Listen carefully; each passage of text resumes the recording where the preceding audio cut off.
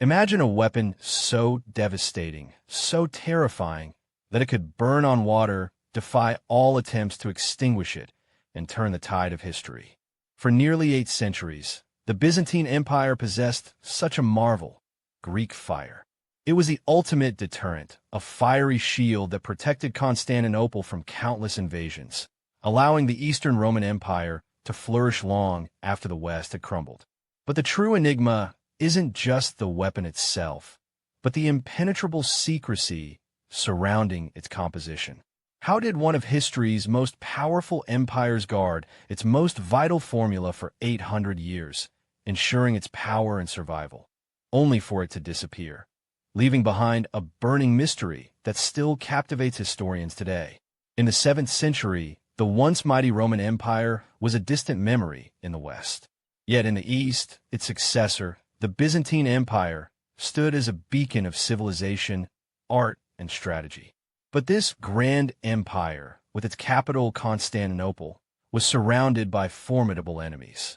From the resurgent Sassanid Persians to the burgeoning Islamic caliphates, the Byzantines found themselves in a perpetual state of siege.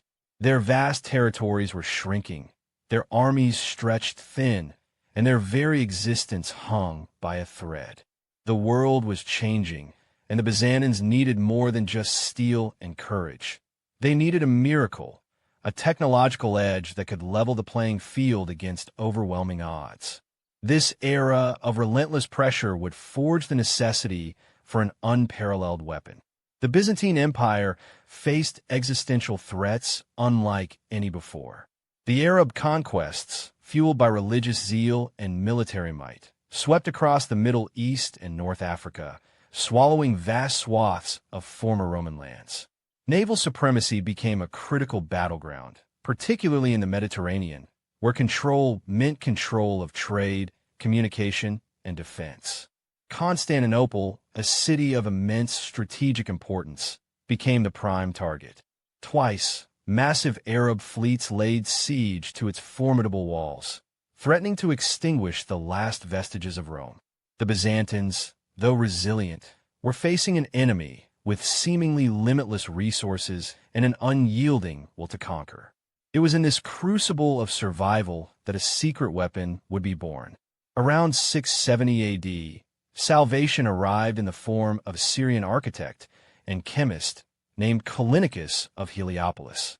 Fleeing the Arab conquests, he brought with him a formula that would redefine naval warfare and secure the Byzantine Empire's future for centuries. This was liquid fire, or more famously, Greek fire. The exact circumstances of its invention remain shrouded in mystery, but its appearance was nothing short of miraculous for the beleaguered Byzantines. It wasn't merely an incendiary. It was something profoundly different, something that defied the laws of physics as understood by the ancient world. The stage was set for a new era of warfare, fueled by an infernal, unquenchable flame. What made Greek fire so terrifying? Unlike conventional fire, it could not be extinguished by water. In fact, water seemed to fuel its intensity. Witnesses described a thick, black smoke accompanying the flames, along with a distinct, acrid smell. It adhered to surfaces, burning fiercely until its fuel was exhausted, turning enemy ships into floating infernos. The psychological impact was immense. Soldiers, accustomed to fighting with swords and arrows, faced an enemy that wielded a weapon of seemingly supernatural origin. The sight of ships erupting in unquenchable flames, their crews screaming in agony, instilled a primal fear that often broke enemy morale before a single sword was drawn. It was truly a weapon of terror. The Byzantines developed sophisticated delivery systems for their liquid fire. The primary method involved a bronze siphon mounted on the prows of their dromons, their powerful warships. These siphons, essentially large flamethrowers, projected a stream of the incendiary mixture over considerable distances, setting enemy ships ablaze with devastating efficiency. Smaller, handheld versions were also likely used for boarding actions or defensive measures. These systems required specialized operators, known as siphonarii, who were highly trained and sworn to secrecy. The coordinated use of these siphons transformed naval battles into spectacular, terrifying displays of pyrotechnics, leaving no escape for the unfortunate foes caught in the inferno.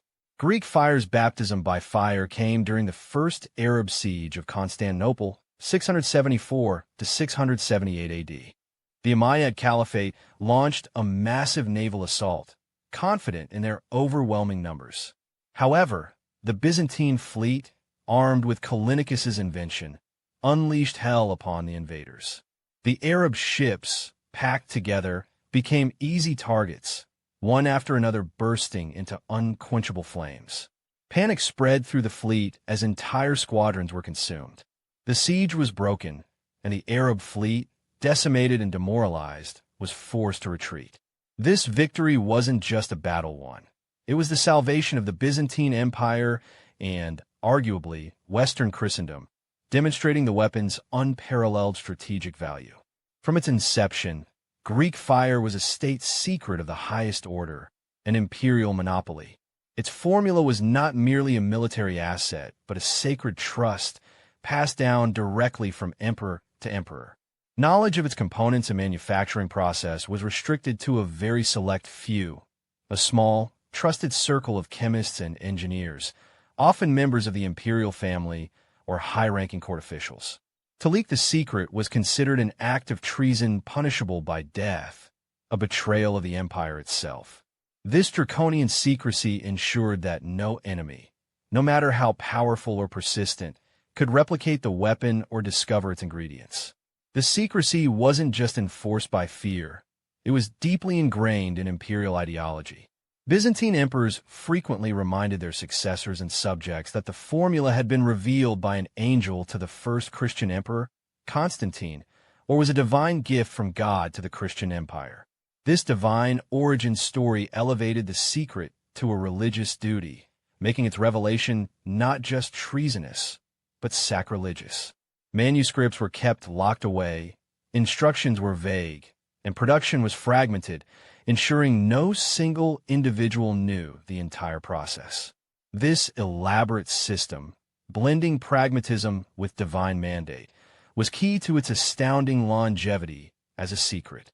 Despite centuries of speculation, the precise composition of Greek fire remains one of history's great unsolved puzzles. Contemporary accounts suggest it contained crude oil, naphtha, quicklime, sulfur, and resin. Some theories even propose saltpeter, though gunpowder was still centuries away. The burning on water characteristic strongly suggests a chemical reaction with water, like quicklime, which produces extreme heat. Naphtha and crude oil would provide the sticky, persistent flame. The exact proportions and preparation methods, however, were the truly guarded secrets, rendering any enemy reverse engineering attempts futile. The ingredients were likely common, but their combination was alchemical genius. The effectiveness of Greek fire was reaffirmed during the Second Arab Siege of Constantinople, 717 to 718 AD. An even larger Umayyad force, both land and sea, descended upon the city. Again, Greek fire proved decisive. The Byzantine navy, though smaller, unleashed torrents of the incendiary, scattering and destroying the Arab fleet. This crushing defeat crippled the Umayyad Caliphate's naval power for decades and marked a critical turning point in medieval history. Without Greek fire, Constantinople would almost certainly have fallen, and the geopolitical landscape of Europe would have been radically different. It was the linchpin of Byzantine naval dominance. While Greek fire is primarily associated with naval warfare, its versatility extended to other applications. Siege engines could project clay pots filled with the incendiary, effectively turning enemy. Siege works and encampments into flaming traps. It could be used to defend city walls, hurl down on assaulting forces, or even in handheld devices during skirmishes. The fear it inspired transcended the seas, becoming a psychological weapon that haunted enemy armies on land as well. Its adaptability made it an indispensable tool for the Byzantine military, providing a critical advantage in almost any engagement where an enemy could be set ablaze. For 800 years, From the 7th to the 15th century, Greek fire maintained its reputation as the ultimate weapon. Its mere existence was a deterrent, contributing to periods of peace and stability for Byzantium. Generations of emperors upheld the sacred vow of secrecy, understanding that their empire's survival depended on it. While other empires rose and fell, Byzantium, though diminished, endured, largely due to its unique technological advantage. It was a testament not only to the ingenuity of its inventors, but also to the exceptional dedication and discipline of the imperial administration in guarding such a monumental secret for an unprecedented span of time. As the Byzantine Empire slowly declined, its military and administrative structures weakened. The strict protocols surrounding Greek fire began to erode. The knowledge, once centrally controlled, may have become fragmented or lost during periods of civil strife and foreign invasion, particularly after the Fourth Crusade sacked Constantinople in 1204. Records become scarce, and the weapon appears less frequently in later accounts. By the 14th and 15th centuries, as gunpowder artillery began to dominate battlefields, Greek fire's technological edge diminished, and its secret likely faded with the last Byzantine alchemists. The precise moment of its ultimate loss remains unknown, slipping away quietly into history's shadows. The exact reasons and timing of Greek fire's disappearance are still debated. Was the formula completely lost, or did it become less effective against new weapons? Did a final keeper die without passing on the full knowledge? Or perhaps, as the empire dwindled to just Constantinople, the resources and expertise to manufacture it on a meaningful scale simply vanished. Whatever the cause, by the fall of Constantinople in 1453, Greek fire was no longer a factor. The Turks, besieging the city, faced a beleaguered defense, but not the inferno that had repelled their ancestors. The ultimate fate of the most devastating secret weapon of the Middle Ages remains one of history's tantalizing, unanswered questions. Even today, scientists and historians attempt to recreate Greek fire, often with limited success. Experiments with various combinations of petroleum, resins, and quicklime have yielded incendiaries that burn on water, but none fully match the descriptions of Greek fire's ferocity and unquenchable nature. The exact spark or ignition mechanism also remains elusive. Modern chemists continue to tinker, trying to unlock the genius of Callinicus and the Byzantine engineers. The enduring fascination speaks to the sheer impact of the weapon, a testament to a technological marvel that once held an empire together and, in its disappearance, left behind a legacy of enduring mystery and scientific curiosity. The story of Greek fire is more than just the tale of a terrifying weapon. It's a testament to human ingenuity, strategic foresight, and the immense power of secrecy.